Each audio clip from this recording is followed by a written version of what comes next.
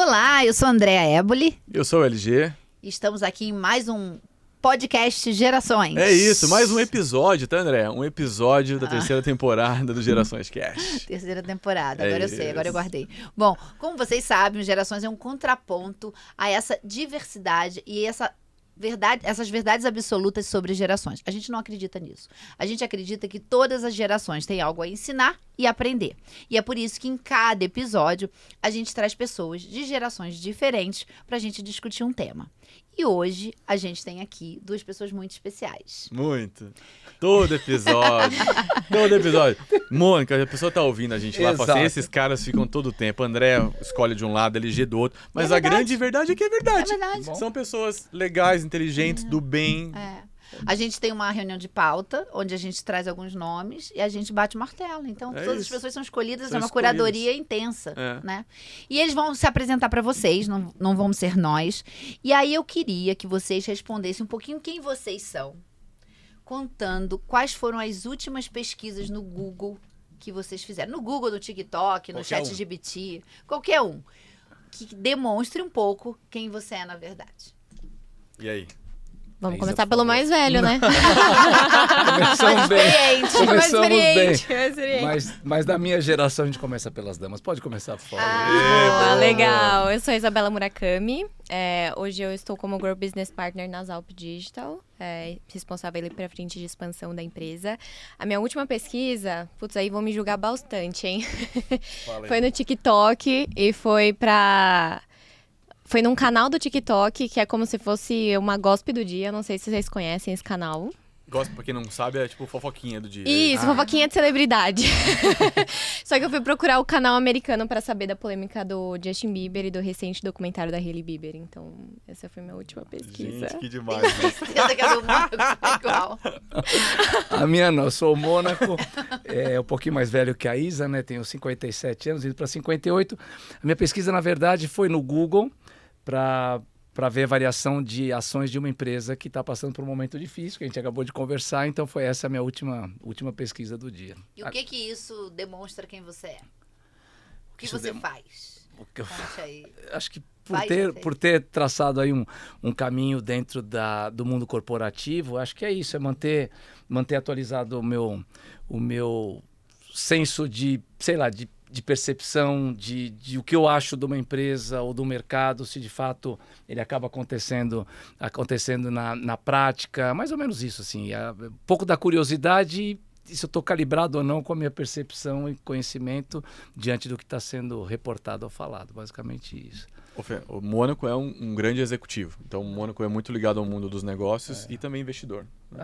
Investidor. Estou investindo nas minhas filhas, todo mês. Que é um ótimo investimento também. É verdade. Bom, e o nosso assunto hoje é para falar dessa relação entre trabalho e vida pessoal. E a gente tem ouvido... Esse é um assunto que se fala muito em gerações, né? Muito. A gente começa a falar que a geração tal não quer trabalhar, e a gente odeia isso. E esse é um assunto que a gente quis trazer exatamente para a gente desmistificar isso. Porque, na verdade, acaba trazendo um monte de preconceitos. Então, a primeira pergunta que eu queria fazer para vocês é assim: dá para ser feliz no trabalho? Isa? Com certeza, sim. Eu acho que na verdade, com certeza não, né? Deixa eu reformular. Acho que depende, né, de onde você trabalha. Acho que a gente começa por aí. Eu acho que tem um contexto de cultura muito forte, assim. Essa semana eu tava conversando com uma amiga minha que trabalha em uma das Big Techs e ela tem a mesma idade que eu e ela assumiu também agora um super projeto lá dentro, né, global. E ela tava falando um pouco desse já conflito geracional que tem numa grande empresa onde você tem, acho que uma questão de provação muito grande, assim, sabe? Você tem que não só provar pelo seu trabalho, mas provar quem você é e é uma provação contínua, assim, então acho que depende da cultura, né? O que eu quero dizer é uma empresa muito tradicional, normalmente ela tem uma hierarquia muito maior e ela tem pessoas de gerações diferentes em cargos de liderança em maior quantidade e aí tem essa percepção, enfim, então eu acho que depende, eu acho que essa é a minha resposta. Inclusive, para quem ouviu aqui a Isa falar e não sabe, Big Tech são as grandes empresas de tecnologia. Google é uma delas, a Meta do Facebook é outra delas. AWS, Oracle, a Oracle Microsoft. da Amazon, a AWS da Amazon, Oracle, Microsoft. Então, são as grandes empresas de tecnologia do mundo. Bom, e aí? Dá para ser muito feliz. Aliás, em todas as minhas passagens profissionais, eu sempre me considerei muito feliz. Tem uma relação sua com o negócio, tem uma relação sua com o seu gestor, independentemente da idade do gestor, sexo, orientação, crença. Tem uma relação muito importante da cultura da empresa e o ambiente que você está inserido, se de fato é o que você gosta. E tem um fator remuneração. Foi feita uma pesquisa há uns, acho que, 7, 8 anos atrás, que dizia quais os principais motivos que um alto executivo deixa a organização. A primeira delas, relação com o seu chefe. Se a relação está ruim, ele vai embora. Por mais que ele ganhe bem, ele quer... Já é um alto executivo, ele tem paz, ele quer ser feliz no trabalho, né? A segunda era o ambiente de trabalho. Tá bom, chefe, ok, mas eu tenho um ambiente de trabalho saudável, eu tenho prazer em ir para a minha empresa, para o meu escritório. Era o segundo, se isso está ruim, mesmo que eu tenha um chefe bom, mas é o ambiente hostil, e não significa ter competitividade ou não ter competitividade, é um ambiente hostil, onde você não se sente bem. E o terceiro, dependendo da geração, ele empatava com o quarto, que era possibilidade de desenvolvimento e crescimento na empresa, que aí, dependendo da geração, é mais ativo, e remuneração. Então, olha, se você novamente ranquear isso, um alto executivo não deixa a empresa só pela remuneração, talvez esteja em quarto lugar o seu poder de decisão em trocar de uma empresa. Então acho que essa combinação de prazer, de reconhecimento é muito importante, dá o que a gente chama de felicidade. Eu passei por algumas empresas e passei por startup, né? Aí é uma geração completamente... Você passou por startup, eu saí do... Pode falar nome de empresa, né? Eu saí do Grupo Silvio Santos e tinha uma relação com o seu Silvio, onde eu era um menino. Dos vice-presidentes do grupo, eu era o menino. Os outros tinham uma idade mais avançada e uma experiência muito maior do que a minha. Eu saio do Grupo Silvio Santos, vou para uma startup e lá eu sou o vovô. Então, em questão de 1 mês, 2 meses, eu saio de menino para vovô, né? Onde você tinha uma secretária e sua sala, você senta onde você quiser sentar. Mal tem computador para usar. Então, mas... mantendo essa linha de relação com o seu chefe, ambiente de trabalho, possibilidade de desenvolvimento, crescimento e remuneração, eu era feliz. Então, acho que sim, dá para ser bastante feliz e diante desses elementos, né? Acho que dá. E a felicidade tem a ver com a história do equilíbrio de vida? Porque muito tem se falado sobre equilíbrio de vida, ainda mais para as pessoas que vão chegando numa idade aí de 20, 30, 20, 25 anos trabalhando, começa a pensar, eu quero começar a ter mais equilíbrio de vida. Então, acho que tem uma preocupação. E do outro lado também, os jovens também, que passaram aí um período na pandemia, trabalharam online, começam também a questionar esse equilíbrio de vida. Como você vê a relação da produtividade, e eu acho que você deve ter uma equipe grande lá, como você vê essa relação da produtividade, dos resultados, com essa busca incansável pelo equilíbrio de vida das pessoas? E agora é mais forte, né? Tá. Geracional, né? O equilíbrio e as necessidades de um executivo já mais avançado na idade, na carreira, são diferenciadas de uma executiva recém-chegada no mercado de trabalho, 23, 24 anos, sem absolutamente nenhuma comparação intelectual, de potencial, nada. Só de desejos, né? São momentos de vida diferenciados. Então, e aí eu trago os dois lados, né? Você vem de um grupo de executivos muito tradicional e vai para uma startup, por exemplo, a necessidade, esse equilíbrio de felicidade, equilíbrio de vida, eles são absolutamente distintos, né? Então, uma festa na startup era aquele, eu não me lembro, ping-pong, que você joga e cai... Beer pong. De repente, o equilíbrio para nós, ou para minha geração, é poder ter uma qualidade de vida de chegar em casa e ter um filho, alguns com netos, no final de semana. Não que a geração mais nova não queira isso, obviamente que quer, mas o equilíbrio vem daí, uma festa, e ao mesmo tempo essa moçada que ficava em festa no dia seguinte, 7 horas da manhã, desenvolvendo algoritmos e felizes da vida, né? Eu já estava morrendo de sono no horário desse, mas sem dúvida que são momentos distintos, mas a busca pelo equilíbrio entre família, prazer, namorado, vida social e o trabalho dá para ser feita diferentes gerações. Mas você acha que a empresa tem que pensar, quando a gente olha para a empresa, né? A empresa tem que pensar desse jeito, separando as gerações e entendendo que não sei se separando, mas talvez buscando ações correlatas. Por exemplo, na nossa empresa, sexta-feira, antigamente era julho e durante o summer, né, o verão, você tinha Short Friday. Cara, a empresa clamou para dizer, não dá para manter? Sim, dá para manter. Então, a partir de, sei lá, desde o ano passado, toda sexta-feira às 3, acabou. Traz equilíbrio? É claro que traz. Independentemente de 57 ou 24 anos, você tem algo a fazer. Se você precisar ficar no trabalho, e isso fizer sentido para você numa sexta-feira até mais tarde, você fica. Mas, de qualquer forma, já está. Então, dá para fazer. As empresas estão reconhecendo isso cada vez mais, né? Com certeza. Isa, não sei se na tua empresa também é assim, na tua visão é assim também. Concordo. O que é equilíbrio de vida para você? Como é que você vê isso? Então, curioso, porque eu acabei de voltar de Dallas, porque eu fui para o SXSW, estava em Austin, e você acaba criando um relacionamento super forte com o time, né? Assim, viajar a trabalho, você cria muito relacionamento, assim. E o pessoal tava falando exatamente sobre isso, assim. E por muito tempo, eu acho que o trabalho, para mim, era a prioridade número 1. E é engraçado porque mesmo, né, em termos de idade, assim, até mesmo a geração por ser nova, esse ano foi o principal ano que eu parei para pensar onde é que se encaixa o trabalho, né, em termos de prioridade mesmo, né, onde é que ele tá e qual que é o equilíbrio disso, em termos até de equilíbrio emocional mesmo, relacionado ao desgaste do trabalho, ao estresse do trabalho. Tinha uma pessoa que era de outra geração, a gente tava jantando, e ele tava trazendo isso, assim, que ele criou hobbies para quase como criar vidas duplas, onde ele tem uma vida do trabalho e uma vida totalmente paralela, que é o hobby esportivo que ele tem, que aquilo ele se motiva, ele tem autossuperação, ele tem autoestima dentro daquilo, e aquilo faz com que ele também consiga se desenvolver, e ele sente um crescimento pessoal ali também. Então, ele não deposita todas essas expectativas no trabalho. E ali me chamou muita atenção, né? Assim, o quanto que dá pra gente colocar também esses pontos de desenvolvimento quando você é um jovem ambicioso, né? Só que em contextos que não precisa necessariamente ser depositado 100% no trabalho. Então, acho que o equilíbrio, ele tá em você achar isso, né? E enfim, acho que é... Ontem foi muito engraçado. Eu estava fazendo uma mentoria de uma diretora e ela estava me falando que ela estava querendo entregar muita coisa, mas a empresa não queria que ela entregasse. Aí eu olhei pra cara dela e falei... Ela falou, não, mas eu tenho muita coisa pra... Eu falei, não, eu entendi, mas... Você tem um limite da empresa de querer que você... Aí ela falou assim, mas o que eu faço? Então, vai pra casa. Exato. Falei, vai buscar sua filha na escola.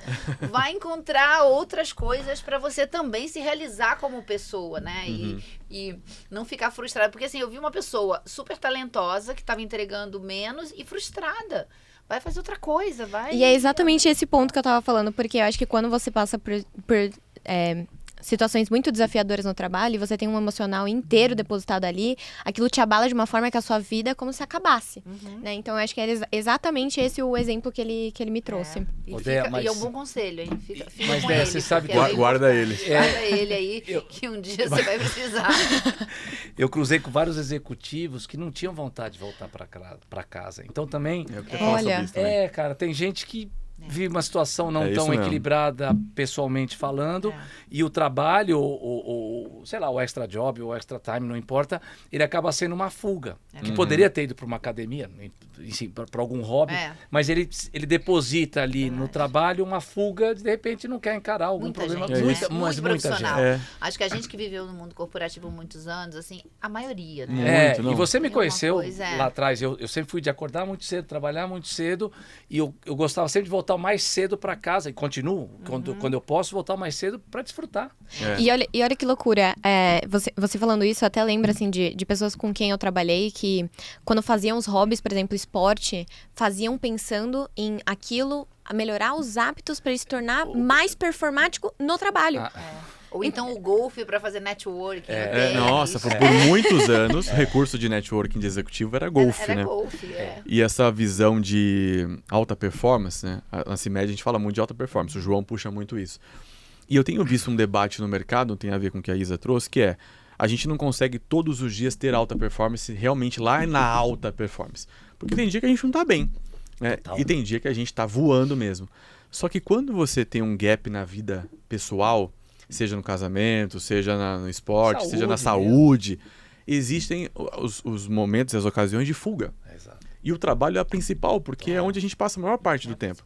Então eu queria saber de vocês o seguinte, muita gente usa uma frase que atribui-se a Steve Jobs, mas eu não sei se realmente era dele, mas resumidamente a frase diz o seguinte: Se você amar o que você faz, você não vai trabalhar nunca. Né? Você vai... Claro. E se isso não acontece, então encontre alguma coisa que você ama para você trabalhar feliz para sempre. Vocês acreditam nisso ou não? Adulto tem que fazer o que tem que ser feito e às vezes você vai gostar, às vezes não, mas o importante é que na soma você seja feliz, equilibrando e tudo mais. Como que vocês veem isso? Eu posso falar isso? Lógico.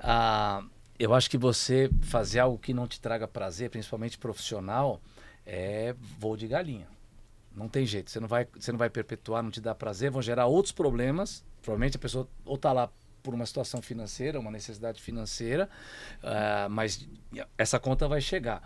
Então, acho que, na minha opinião, buscar algo que te dê prazer e te faça feliz profissionalmente, a contribuição, a retribuição, ela vai ser financeira, desenvolvimento de carreira, você vai estar bem consigo mesmo, portanto, vai estar bem na sua casa, se não for problema de saúde, evidentemente. Então, fazer o que gosta, ou até descobrir ainda o que gosta, porque para você saber o que você gosta, você vai ter que achar um monte de coisa que você não gosta. E se eu não gosto, eu não gosto, eu não gosto. Sobrou essas coisas que provavelmente eu gosto, você vai ter que testar. Mas com essa linha de buscar algo que te dê prazer, que você se sinta valorizado, que a sua entrega gere valor, acho que é muito nesse sentido. Quando você percebe valor na tua entrega, para mim esse é o clique. E isso não significa você ser importante ou não ser importante, mas eu contribuo dessa forma para essa cadeia. Eu me sinto valorizado. Então, a autovalorização, ela vem até ela é prévia à sua valorização corporativa, né? Isso você faz com prazer. Pra mim é fundamental. E é que engraçado, né? Você falando isso, eu tava pensando, né? Assim, essa questão da felicidade, assim. Acho que quando eu entrei, assim, pro mercado de trabalho, eu tive uma crise, porque eu era muito pressionada a responder o que me fazia feliz, porque a empresa queria me colocar numa atuação que eu gostava. Só que era uma pressão tão grande para eu dizer o que me fazia feliz, que no final eu fiquei mais confusa para responder isso. Seja feliz. Seja feliz. Ria, sorria, fique feliz. Aqui, Então, eu acho que também tem um ponto que é esse processo de autoconhecimento, e aí eu acho que tem aí a gente fala muito de geração, que tem que ter muita experiência, né? Eu acho que a experiência, ela te dá muita bagagem para você ir se descobrindo nesse caminho. Então, hoje a gente tem uma questão muito de mentoria, metodologia, e às vezes é a experiência que você precisa passar, sabe? Nessa startup que eu passei, eu me lembro de uma reunião com um dos founders e alguns ou promovidos a gestores, ou já gestores estavam chegando, era quase que um onboarding, né? E eu lembro claramente de um rapaz que estava vindo de uma grande instituição financeira, lá a maioria era o ITA ou USP. Então só voo alto, o vovozinho ali, coitado. Mas eu me lembro que ele perguntando para o founder se tinha algum livro que ele indicava para fazer a admissão correta e a demissão correta. Porque ele estava passando por esse processo, era um gestor novo. Aquilo me deu um susto, honestamente falando, porque o que você encontra em livros, principalmente numa situação dessa, vem contra o que a Isa está falando, é a experiência. O que você pode entender lá são metodologias, processos de admissão ou demissão, mas aquele ser humano que você vai admitir ou demitir naquele dia por aquela situação, não vai casar com o que está no livro. E aí a experiência vai te levando. O respeito, onde eu errei da última, como é que eu acerto. Interessante isso, hein? É isso bem que a gente interessante falou bastante, isso. que é a história da regra do jogo, porque a gente falou até junto com um grupo de mulheres, assim, sobre isso, que assim, quando a gente entra no mundo corporativo, o mundo corporativo, ele tem suas regras. Exato. Né? Você não tem que entrar lá achando que você vai mudar o mundo, porque ele tem suas regras. Escolheu, Exato. né? E eu até brinco, assim, com as minhas mentoradas, que assim, vamos parar do mimimi, porque você tá lá porque você quer. Exato. Então, se você tá lá, você tem que entender essas regras do jogo. Só que tem um... Você continua leve, né? Vamos parar com esse mimimi. Continua básica. E aí você entrega... Olha lá, os dois trabalharam comigo falando isso. E aí você entrega, na verdade, uma cultura da empresa, essa é a nossa visão, esses são nossos valores, né? E aí você coloca um chefe em cima e você diz assim, vai lá.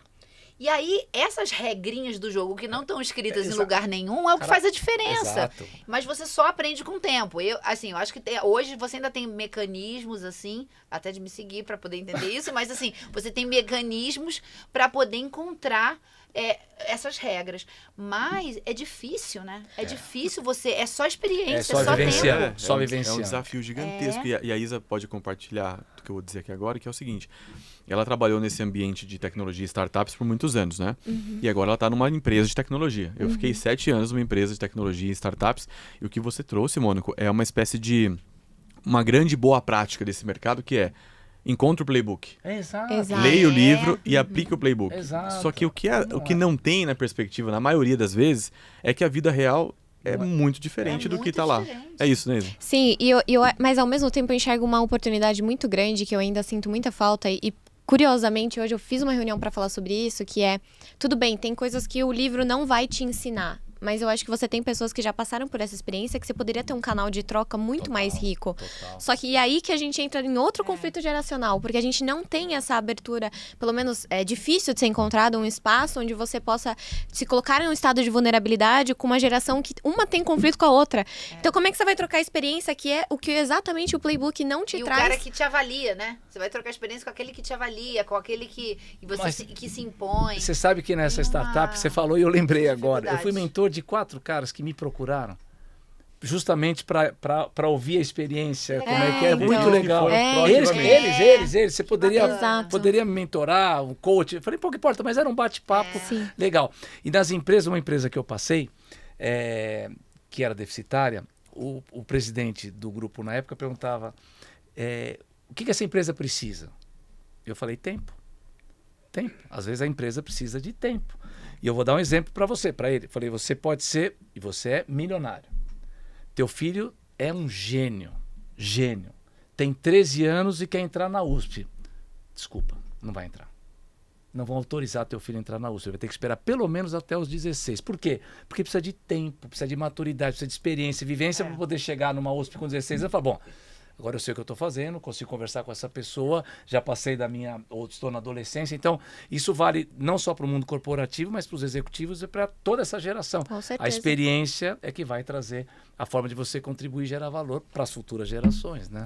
Mas será que isso não... Agora pensando no outro lado da moeda, dado que a gente está falando aqui de felicidade no trabalho, quando a gente pensa naquilo que frustra, a frustração, você citou aqui a pesquisa que trouxe alguns dados porque que a gente sai da empresa. Os principais motivos que o executivo deixa a empresa. Então a frustração, parte dela está respondida ali. Sim. Mas tem uma outra parte também que tem a ver com o desafio que a pessoa está. Sim. Então esse exemplo que você deu é muito bom porque se eu tenho uma altíssima capacidade de entrega, por exemplo, eu estou numa situação que eu não sou demandado, ou seja, tem um espaço muito grande, a Andréa, para a mentorada dela, sugeriu a pessoa vai cuidar da sua vida, da sua família, aproveita esse tempo e tudo mais. Mas e aquele que é mais jovem um pouco? A Isa está com 21, 22? 24. Quem está ali, sei lá, nas primeiras posições de liderança, como que ela lida com isso? Ah, exato. Começa você respondendo essa. Eu acho que, pelo menos a minha vida foi pautada em equilíbrio. Né? Sempre assim, é o equilíbrio. Claro, um jovem de 24 anos fazer gestão de uma equipe não é fácil, porque ainda, né, vão ter situações não vividas. Um outro livro que era um livrinho fininho da Fundação Salim Farah Maluf, que falava que nos boards das principais companhias é sempre importante ter um executivo ou um conselheiro com 65 mais. Por quê? Ele já viu o ciclo. É claro que o ciclo é uma espiral positiva, senão a gente ainda está andando a cavalo na rua, não é isso, mas a moda é cíclica, gastronomia é cíclica. Tendências, né? Tendência. Então, é importante, eu já vi isso, claro, a tecnologia está acelerando muito, mas voltando ao ponto da gestão de jovens executivos ou jovens líderes, o livro sim ajuda, óbvio, né? Ele ajuda a você buscar alguns conceitos, mas o dia a dia da gestão, o dia a dia da percepção, o dia a dia do escutar, para mim escutar é fundamental, né? Desse mesmo livrinho, humildade é fundamental no desenvolvimento corporativo. Mas o que é ser humilde, afinal? É simplesmente ouvir os outros e a sua equipe com muita atenção. E eu acho que tem um ponto que é importante também. Dentro da organização, né, a gente tem todos os tipos de líderes. E sempre vão aparecer aqueles líderes que te inspiram. Então, esses líderes legal, são né? aqueles também que você tem que começar a usar como referência, sabe? Então, tá numa reunião... O que ele está falando? Como ele está se posicionando? Como ele está ouvindo? E eu tenho certeza que se a gente falar aqui, todos nós temos 2, 3, 4 líderes que passaram pela nossa vida e que nos inspiraram. Muito. Então, isso é muito importante. Eu acho que esses líderes que, graças a Deus também, as empresas têm, eles ajudam muito esse desenvolvimento aí no início da carreira. Ao mesmo tempo, assim, eu acho que tudo tem sua primeira vez, né? E eu acho que a grande diferença quando a gente fala de jovens na sua primeira jornada de gestão de time é o quanto que você tem um espaço, uma estrutura que te suporta a falhar nesse processo. né? E não cometer atos falhos que comprometam essa jornada, mas que você tem esse espaço de errar e aprender, porque você falou da experiência, né? E aí eu fiquei me perguntando, mas como é que eu vou ter experiência se eu não tiver a primeira vez a experiência? E eu acho que pela primeira vez, assim, hoje, atualmente, na companhia que eu faço parte, assim, eu sinto que eles dão essa estrutura no sentido de uma cultura realmente com esse mindset de poder errar, de poder aprender, de você ver que você não tá sozinho, né? Você tem toda uma rede de apoio dentro da companhia para isso. Mas tá gerando experiência para você. Se você pode errar, tá gerando experiência, né? Sim, exato. E acho que também nessa trajetória, e eu falo isso até hoje, aliás, falei ontem, o ambiente de segurança psicológica, que significa transparência, onde você pode falar e você pode ouvir, é o primeiro passo da confiança. Quando você tem uma equipe que confia em você, cara, é alta performance na veia. Na veia. Não tem para onde correr. Mas isso é fruto da transparência e segurança psicológica. Todo líder também tem suas inseguranças. Claro. Eu com 57 para 58 também tenho. Mas está ali. Eles sabem onde está e me suportam quando ela aponta. Então, acho que a transparência é o primeiro passo da confiança corporativa. Eu gosto muito dessa história que falam que coragem não é você não agir. Coragem é você agir com medo. É isso aí. É isso. Então, assim, porque a pessoa corajosa não é uma pessoa que não tem medo. Não. Ela só age com medo. E essa é a grande diferença desse executivo que fala, eu não sei direito, mas eu vou. E vou fazer e vou entender o que vai ser. Né? Então, eu acho que isso faz muita diferença. Sabe, tem um estudo do Google que ele chamou de Projeto Aristóteles. Já viram falar? Não. Projeto Aristóteles, ele estudou, se não estiver enganado, mais de 180, 190 países. E a pergunta central era, o que é que torna um time vencedor? O que faz esse time ter alta performance? E aí, quais eram as hipóteses? Não? O que as pessoas achavam que seria uma resposta? É faculdade de primeira linha, é a pessoa ter tido experiência X, Y, Z, etc. E eles elencaram 5 principais motivos no mundo inteiro, dos grupos do Google, que aqueles times tinham alta performance. E aí, eu não vou citar todos, mas o principal deles é o número 1. E o número 1 é segurança psicológica. Então, quando o time cria um ambiente de não usar máscaras, se eu tiver alguma dúvida, posso levantar a mão, se eu tomar um risco aqui, calculado, alinhado e errar, não vou ser crucificado, não vou ser demitido. Ou seja, eu posso ser autêntico nesse ambiente, confiar nas pessoas, as pessoas confiarem em mim. Esse mecanismo, esse movimento, essa relação de confiança é o item número 1 para fazer uma equipe performar em excelência. Pesquisa, mas é isso mesmo. É isso mesmo. Que é o que a gente está falando, né? E aí, acho que até fazendo um comparativo assim, falando da minha geração, acho que você também tem, e você citou sobre a coragem, a gente não tem como não lembrar da Brené Brown, né? E aí ela fala desse estado de vulnerabilidade, mas ao mesmo tempo, curiosamente, essa semana eu observei uma situação que aconteceu, e aí eu Depois eu falo, porque a gente sempre tá falando de vulnerabilidade muito aqui. E aí, eu observei e falei, nossa, que, assim, me surpreendi com a reação da situação de uma pessoa que tem a minha idade. Eu falei, achei estranho. Assim. E aí eu fiquei refletindo, eu falei, nossa, o que leva uma pessoa com essa idade ter esse tipo de reação? E aí eu comecei a perceber que também tem uma questão que é esse espaço de você se expor o suficiente para você ter as experiências. Nunca tinha parado pra pensar isso, mas é muito real, assim. Hoje você tem várias empresas que não te dão esse espaço de experiência no sentido de se colocar nesse estado de vulnerabilidade, passar por situações difíceis, ter conversas difíceis, assumir riscos, assim, passar por projetos grandes com alta responsabilidade pela primeira vez, ter o frio na barriga, e a pessoa acaba não tendo uma experiência que desenvolve emocionalmente ela.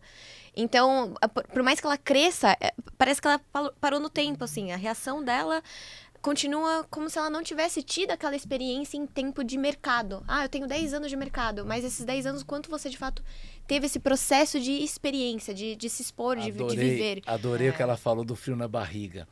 Uma das convenções que provavelmente nós fomos, a Fernanda Montenegro, ela estava atrás das cortinas, e ela começa a falar com uma música de fundo super emocionante. Ela falava, gente, eu estou aqui eu estava até atrás da cortina com frio na barriga, né, uma sensação de nervoso. Que bom. Enquanto isso ocorrer, eu me sinto viva. E no mundo empresarial é a mesma coisa. Eu, com 58, Exato. Vai fazer uma apresentação para um presidente, para um cliente, dá o frio. É um pouco de senso de responsabilidade também, né? Mas é o prazer, é a paixão pelo que você fez, é o resultado do teu trabalho. Então, adorei tua fala muito legal. Do frio na barriga. Tem uma frase do Reid Hoffman. Reid Hoffman é o cofundador do LinkedIn. E ele vendeu o LinkedIn pro Microsoft. E aí eu até postei no meu Instagram um tempo atrás que ele fala o seguinte: quando você pergunta pra uma pessoa assim, quantos anos de experiência você tem? E a pessoa responder 25, 15 anos, aí você vai entender o que ela fez. Se ela respondeu isso porque ela está na mesma posição, fazendo a mesma coisa, ela não tem essa quantidade de anos de experiência. Exato. Então, ou seja, dê valor a essa pluralidade ou essa diversidade de experiências. Exato. E quanto mais você tomou risco, acertou, errou, maior é o seu repertório. Quanto maior é o seu repertório, maior é a sua capacidade de tomar boas decisões. E mesmo da mudança de empresa, né? Não só os riscos dentro da organização que você trabalha hoje, mas de mudar, de arriscar, de empreender, de errar, acertar, vir. Isso vai compondo... Eu estava lendo uma pesquisa, eu já trouxe isso em algum episódio, que antes, assim... talvez uma geração até antes da nossa, a vida era ter um emprego público, né? Um emprego de vida inteira público. Trabalhar no Banco do Brasil, na Caixa Econômica, que você assim, nunca seria mandado embora. Exato. Aí depois veio uma geração, que eu acho que é a nossa, que é a geração de que você tem um empregão, uma boa empresa fica a vida inteira, tipo, fica 30 anos, faz carreira, se aposenta nessa... Acho que foi um pouco antes da nossa, o pessoal um da IBM, é o anterior. Um pouquinho da nossa. Queria ficar na IBM tantos anos. Há muito tempo. Depois veio uma outra geração onde você já começou a trocar de empresas, né? Então você começou a trocar de empresa, mas sempre na sua areazinha, no seu modelo. Que acho que era a nossa. E aí depois, agora, a gente tá vivendo duas outras gerações, né? Que é você mudar de modelos, né? Então, eu vou empreender, eu vou pra empresa, eu vou trabalhar como autônomo, eu vou fazer coisas diferentes. Então, a gente tá vivendo isso e tá dizendo que a próxima que tá nascendo agora são vários empregos ao mesmo tempo. E a gente já tem, né? Trabalha então, como CLT na empresa. Eu faço muita coisa. Exatamente. Assim. Olha, eu tô aqui gravando podcast e sou executivo da CIMED. Executivo. Então, vários empregos ao mesmo tempo. E aí você também consegue equilibrar melhor essa coisa da qualidade de vida, né? Porque você se administra no escritório todos os dias. Aí eu acho que tem uma reflexão, André, que a gente pode puxar, que é a seguinte. Essa história que você contou, ela carrega com ela uma busca pela estabilidade, que é o que norteou os avós, os nossos pais, até pouco tempo. A gente ainda tem pessoas que estão há 30 anos numa empresa. Nós temos os últimos representantes dessa época. Tem a galera de 40 anos. Estão por aí. Então tem a estabilidade de um lado. Do outro lado, a gente tem a liberdade, que um pouco dessas novas profissões e caminhos de carreira, ela te dá liberdade para você fazer coisas que você é muito bom, tem dons e talentos, mas também que você ama, te dá prazer. Como que vocês enxergam a busca pela estabilidade com a liberdade? Isso aí eu vou deixar isso para você, porque eu sou mais do mundo da estabilidade. Mas fala sobre isso. Exato. Então, eu acho que a estabilidade vinha mais por conta de preciso manter um bom emprego para ter a minha casa, para poder sustentar meus filhos, etc. E eu percebi muito na startup, agora a geração dos meus sobrinhos, etc., que não é por aí. Eu vou em busca da minha felicidade. Então, se não está legal nessa empresa, já vou para outra. E a gente sempre foi muito cauteloso em mudar de emprego, que tudo bem. Hoje, né, olhando para trás, estaria tudo bem. Mas na época era muito esse senso de responsabilidade. E não que essa geração seja irresponsável. Que eles encaram o mundo de uma outra forma. Tipo, se não está bem aqui, e eu tenho meu dom, e eu sei o que fazer, eu vou buscar a felicidade em outro lugar.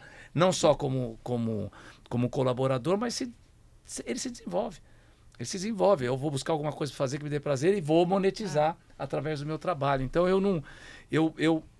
de novo, né, eu tenho muito fincado nessa, mas por uma característica pessoal, fincado mais no estável, no mais eu diria, tradicional. Mas eu percebo essa geração de novo, não é responsável, mas é um pouco despreocupada com a estabilidade em busca do o que me faz bem, assim, é uma percepção só, não posso afirmar. Eu acho que estabilidade não é estabilidade financeira. Eu acho que esse é o que eu começo dividindo muito isso, assim. Eu acho que as gerações passadas, elas encaram estabilidade como você ter um bom salário e uma boa lista de benefícios. Total. Só que, por exemplo, eu posso estar numa empresa onde eu tenho um salário acima da média, mas é um ambiente totalmente hostil, sem segurança psicológica. Pra mim, ele é tão instável 100%. Que ele me coloca num lugar de instabilidade emocional tanta que é um jogo que, no final do dia, eu não tô optando pelo estável. Então, eu acho que quando a gente começa a dividir isso, e eu acho também quando a gente vem com uma consciência financeira, né, assim, falando Brasil, América Latina como um todo, assim, a gente começa a ter uma percepção diferente do que é uma carreira estável, do que é estabilidade, né? Eu posso ter estabilidade ganhando muito menos do que a média, de repente, do mercado, né? Então, eu acho que essa é a relação para mim de estabilidade hoje. Faz todo sentido. Não, e é engraçado, né? Porque como é que os RHs, né, das empresas precisam realmente pensar de uma forma fora da caixa, né? Eu acho que a gente tá falando de 25 anos de carreira, e o RH e as políticas de recursos humanos, de agregar valor, assim, elas evoluíram não na mesma agilidade que essa garotada pensa na hora que entra numa empresa, né? 100%. Esses dias eu vi um vídeo, a gente estava falando desses vídeos que a gente vê aí no um vídeo super engraçado, que era a menina dizendo assim: eu quero trabalhar de casa e a empresa não me deixa. Eu tenho meus compromissos, tenho que ficar até a hora mais tarde fazendo apresentação. Meu chefe faz isso, faz aquilo, e no final do ano me dá uma cesta de Natal. A cesta de Natal é clássica. Eu nem trabalho. Um panetone. Um panetone. Então, assim, cara... Boa, né? Engraçado. É engraçado, né? Me dá o seu melhor alta performance. O que você me dá? Você ganhou um bombom aqui no final do ano. Mas é muito louco. É muito louco, então, Mas olha, né? Tem um amigo que fala assim, mas olha, eu resgatei aqui uma anotação que eu tinha feito, porque teve uma época, Isa, que eu tava estudando muito sobre o futuro do trabalho. E aí, várias vezes, assim, até o mês passado eu encontrei um editor, tá escrevendo um livro de um amigo meu, ele falou assim, cara, tem que escrever o seu livro.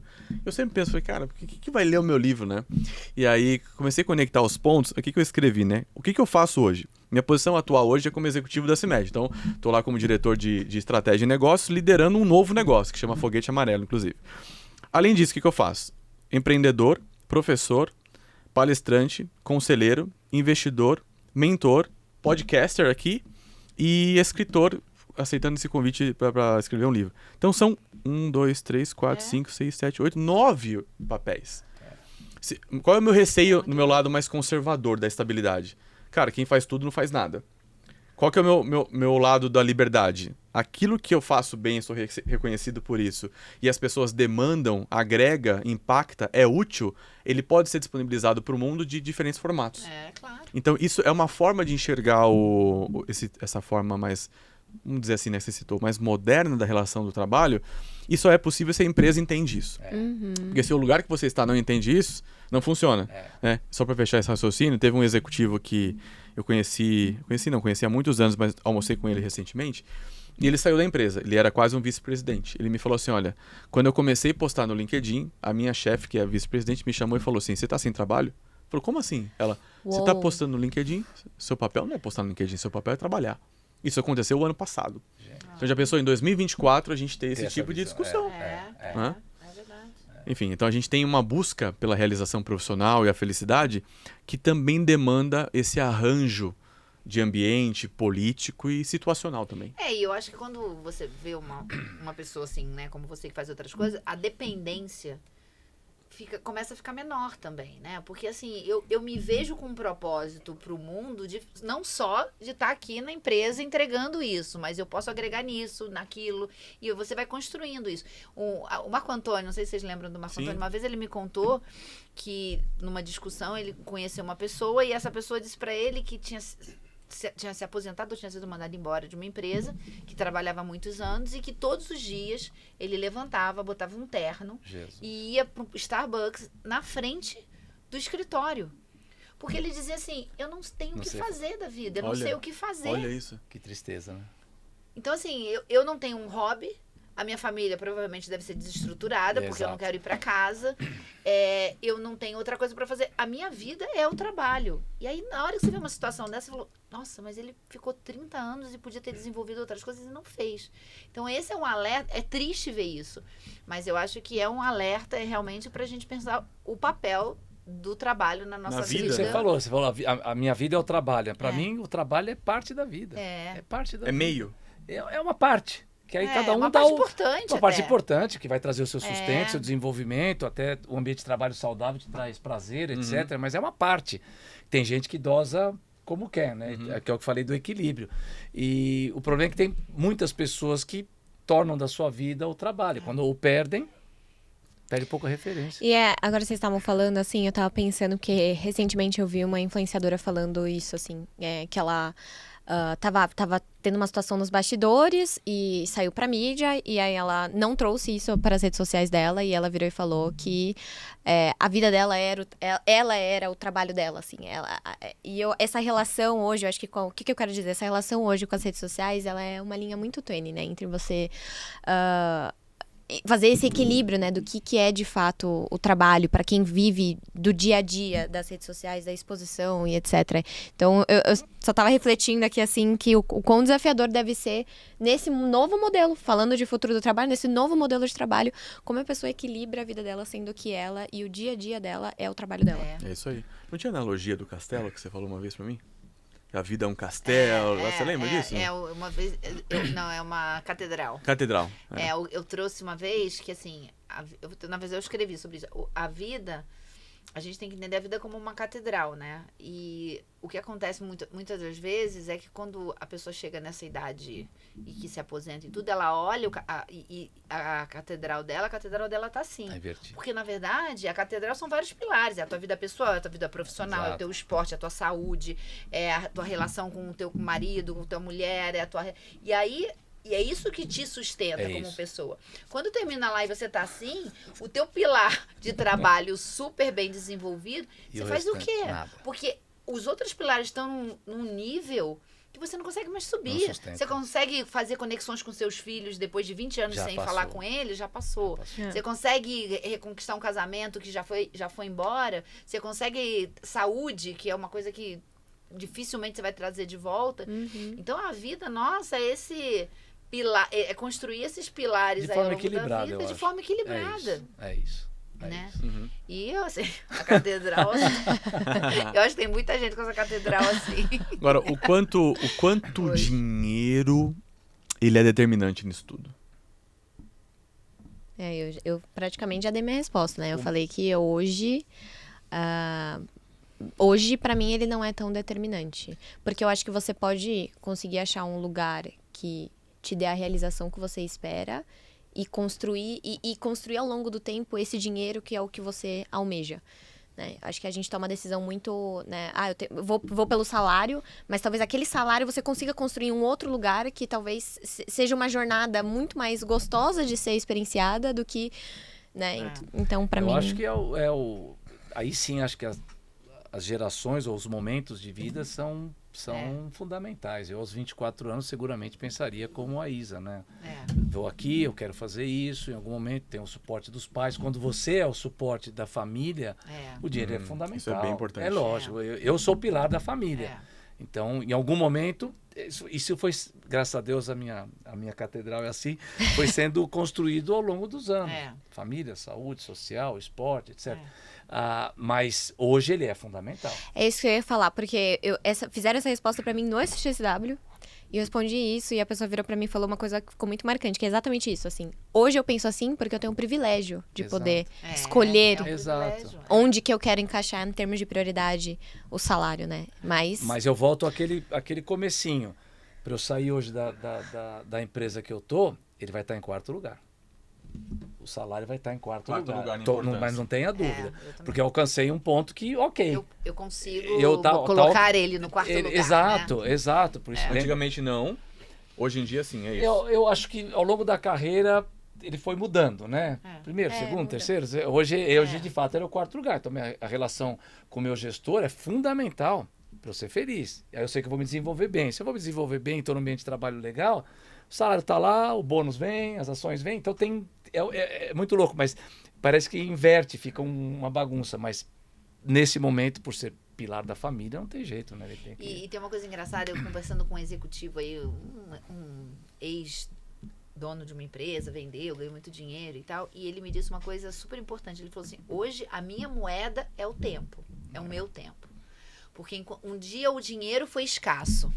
Agora o meu tempo é escasso. Exato, é isso. Então esse meu tempo, que é escasso, vale muito. Deixa eu aproveitar, Vale muito, né? Então, por exemplo, eu vejo isso, assim, quando eu vejo projetos, quando eu tenho oportunidade... Cara, é tirar o meu tempo. Esse projeto precisa ser alguma coisa que realmente vale essa tirada do meu tempo.